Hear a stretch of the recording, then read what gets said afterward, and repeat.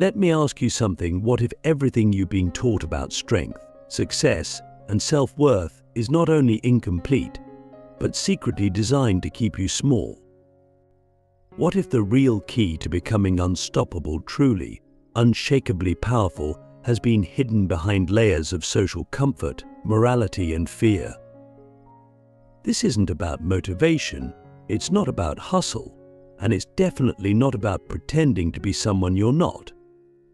It's about something far more dangerous, and something Nietzsche devoted his life to uncovering: the will to power.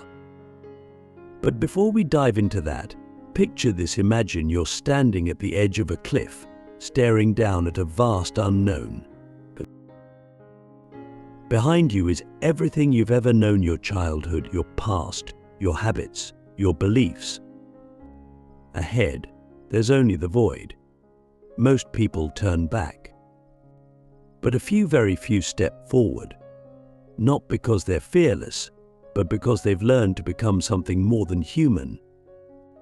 In this video, we're not just exploring a philosophy, we're confronting a radical truth about what it means to overcome life, to transcend it, and to become the kind of person who not only faces chaos but uses it as a ladder.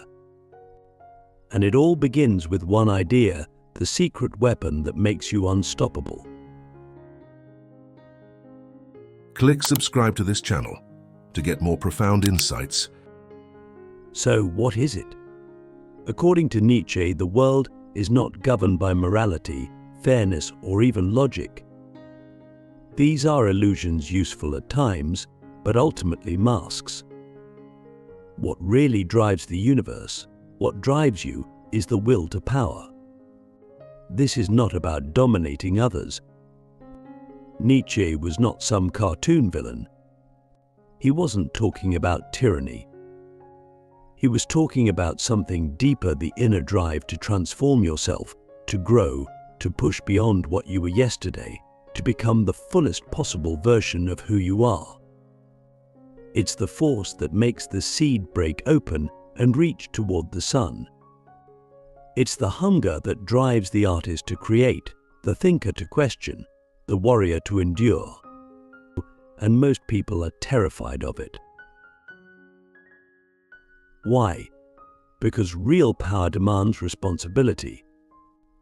It requires the death of excuses. It forces you to look at your pain, your failures, your weakness, and say, good. Fuel.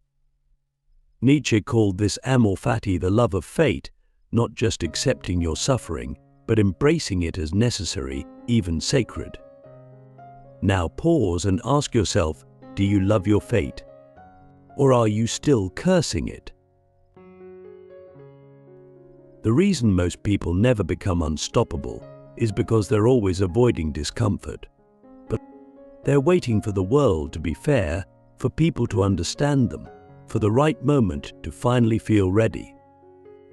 But Nietzsche would tell you, readiness is a lie. You become ready by doing. You grow by willing. And the will to power isn't just some abstract idea, it's a decision.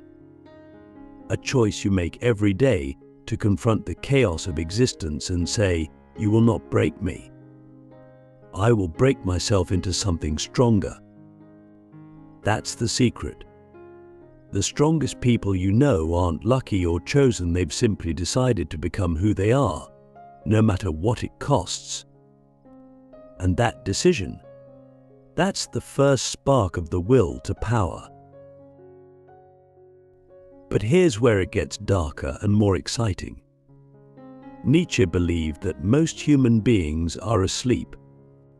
They follow herd morality, clinging to ideas of good and evil that were built to control them, not empower them. Think about that. From birth, we're taught what to value, what to chase, what to avoid. Success looks like this. Failure looks like that. Be nice, be normal, work hard, retire, die. But what if none of that is real? What if those rules were written for people who never wanted you to think for yourself? Nietzsche's answer was brutal. If you live by someone else's morality, you are not really living. You are a shadow, a copy, a ghost of what you could be. And that's why the will to power is so dangerous, because once you awaken it, you begin to destroy everything that isn't you. You start to question the rules. You stop apologizing for being intense, ambitious, emotional, chaotic.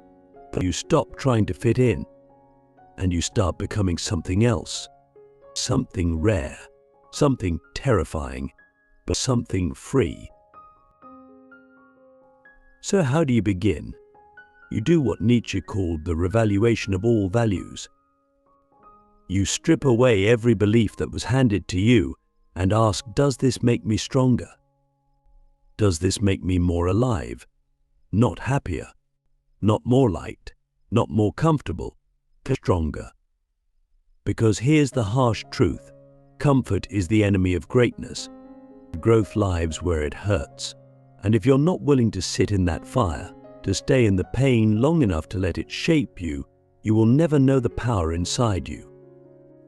You will go to your grave full of potential, full of dreams, full of all the versions of yourself you never had the courage to become. But if you do choose to embrace the fire, if you choose to own your suffering, to stop blaming, to start building, then you awaken what Nietzsche called the Übermensch. Not a perfect person, not a god, but a human who has transcended the lies of the herd, a human who creates their own values, who lives not for approval, but for creation and for becoming. And that, my friend, is the secret weapon. It's not talent. It's not luck. It's not even intelligence. It's the will to power. The decision to say, I will not be defined by what happened to me. I will be defined by what I build from it. Now ask yourself, have you made that decision? Or are you still waiting for someone to give you permission to live? Because no one is coming. No one is going to save you. And Nietzsche would say, good. Because the moment you realize that, you're free. The moment you stop waiting, you start willing. And that's when you become unstoppable. Becoming fire, how suffering turns you into a superhuman, Nietzsche's hardest truth. Nietzsche didn't just believe that pain was part of life, he believed it was essential to greatness. He once said, one must still have chaos in oneself to be able to give birth to a dancing star. That's not just poetic, it's surgical. He's telling us something most people spend their whole lives trying to avoid. Your suffering is not an obstacle, it's the raw material for transformation. It is in the fire that you are forged. And yet, so many of us treat pain like it's a punishment. We flinch from it, run from it, sedate it, suppress it. But what if that pain is trying to wake you up? What if it's not there to crush you, but to crack you open to reveal the version of yourself that only pressure, heat, and darkness can create? Nietzsche's hardest truth, and maybe his most liberating, is this: he who has a why to live can bear almost any how. So let me ask you, what is your why? Think about the worst thing that's ever happened to you. The heartbreak, the betrayal, the failure, the moment everything collapsed. You didn't choose it. You didn't want it. But now that it's happened, what will you do with it? Most people spend their lives trying to avoid future pain by controlling the world around them. But Nietzsche would say, don't control the world, control who you are within it. Instead of asking, why me? Ask, what now? What can I build with this? What can I become through this? Because the fire doesn't just destroy, it also purifies. It burns away illusion. It exposes what really matters. And if you have the courage to stay in it, to not numb yourself, to not escape, you come out the other side harder, sharper, truer. But here's the catch. Most people aren't willing to endure long enough to be reborn. They want the result without the process. They want the strength without the struggle. They want to be the phoenix without the fire. But Nietzsche would say what makes you strong is not what you've overcome, but what you've integrated. Have you looked your suffering in the eye?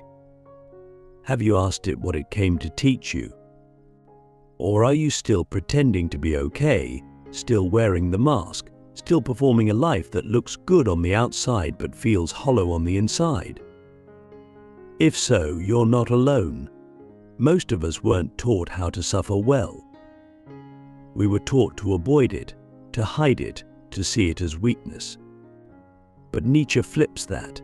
He says suffering is the price of greatness, and the currency of becoming, and only those who are willing to pay that price will ever know their true power.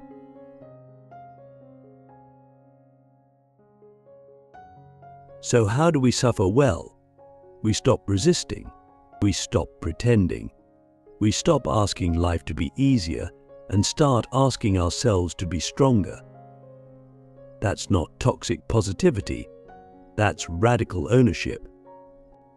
It means we stop outsourcing our meaning to things we can't control: external approval, security, comfort, and start generating meaning from within. Because once you realize that suffering is not the end of your story, but the start of your transformation, everything changes.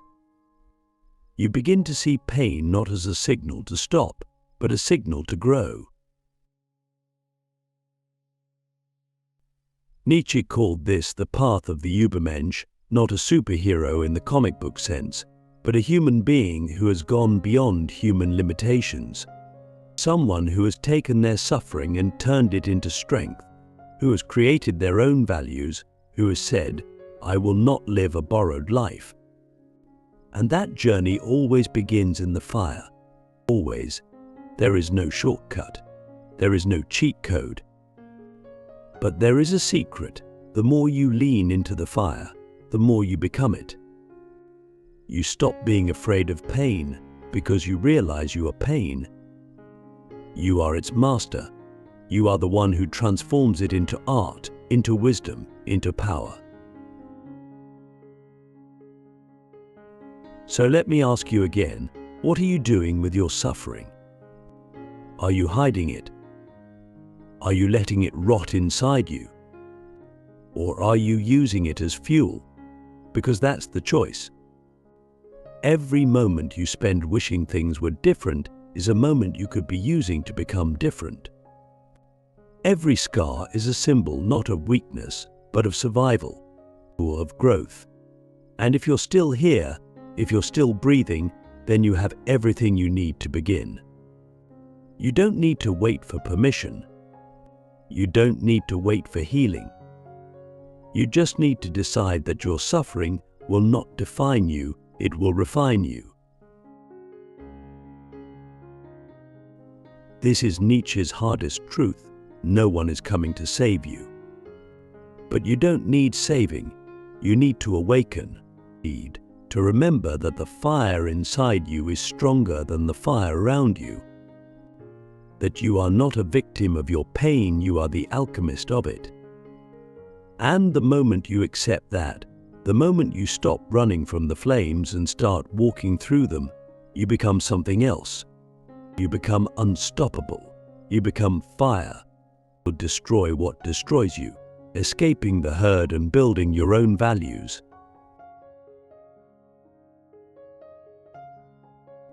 There comes a moment in every life, a quiet, haunting moment when you look around and realize that most of what you believe, most of what you strive for, most of what you call you, was never truly yours to begin with.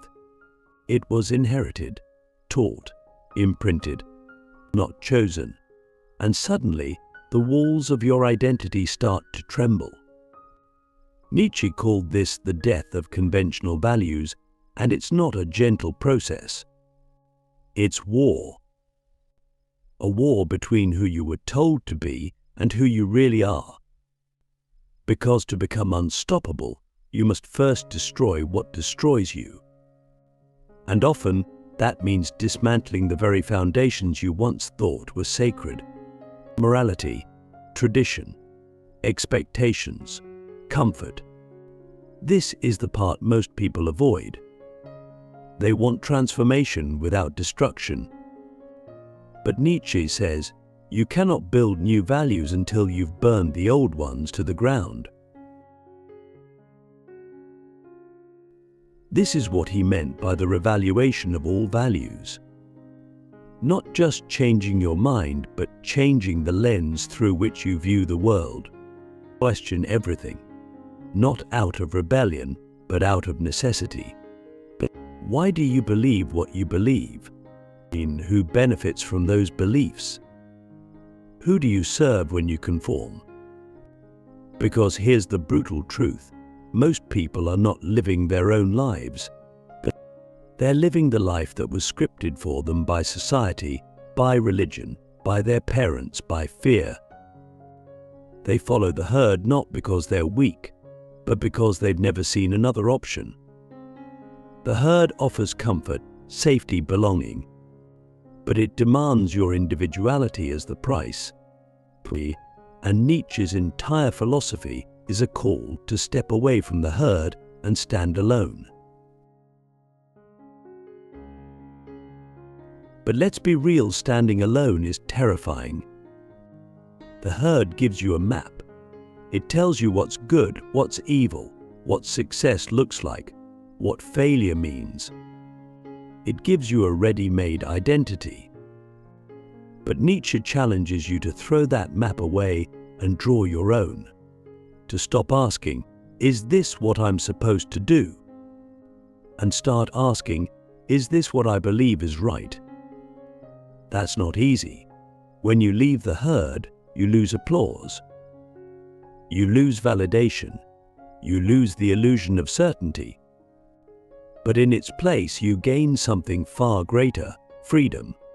And the freedom to become who you really are, not who they told you to be, not who your trauma forced you to be, but who you choose to be, moment by moment, value by value. So how do you build your own values? You begin with honesty, brutal honesty, not just about the world, but about yourself. Nietzsche praised the individual who dares to look into the abyss and not flinch. That abyss is inside you. It's the part you hide, the part you fear, the part you repress to be acceptable. But what if that part is your key to power? What if the very things you were told to suppress your anger, your ambition, your intensity, your desire are not flaws, but gifts, waiting to be integrated and refined? You cannot build new values until you embrace the totality of who you are. Not just the good, not just the socially approved, but everything. Only then can you truly create, because value creation is not imitation, it's invention. It's the act of saying, this is what matters to me. This is how I will live. This is my code. And when you live by your own code, you become immune to the manipulation of the crowd. You stop chasing empty goals. You stop needing permission. You stop fearing rejection. Because your worth no longer comes from outside, it radiates from within. That's what Nietzsche meant when he spoke of the Overman, the human who has overcome not just the world, but themselves. The one who has slayed the old gods, burned the old scripts, and written a new testament of self. Take a moment and ask yourself, what values are you living by right now that aren't really yours? Where did they come from? Who gave them to you? And are they making you stronger or keeping you small? This is not about being edgy or contrarian. It's about being authentic. And authenticity is not found in rebellion for rebellion's sake. It's found in the still, silent moment when you say, I will no longer betray myself to belong to the herd. That is the beginning of power. That is where self-respect is born. That is where the unstoppable self begins to roar. The herd will try to pull you back. It always does. It will call you arrogant, selfish, crazy. But Nietzsche would say let them. Their disapproval means nothing if you have found your own truth. If you have built your values on strength, not on shame, or on freedom, not on fear. And when you live by those values, you don't just survive, you thrive. You don't just exist, you create a new life, a new self, a new world.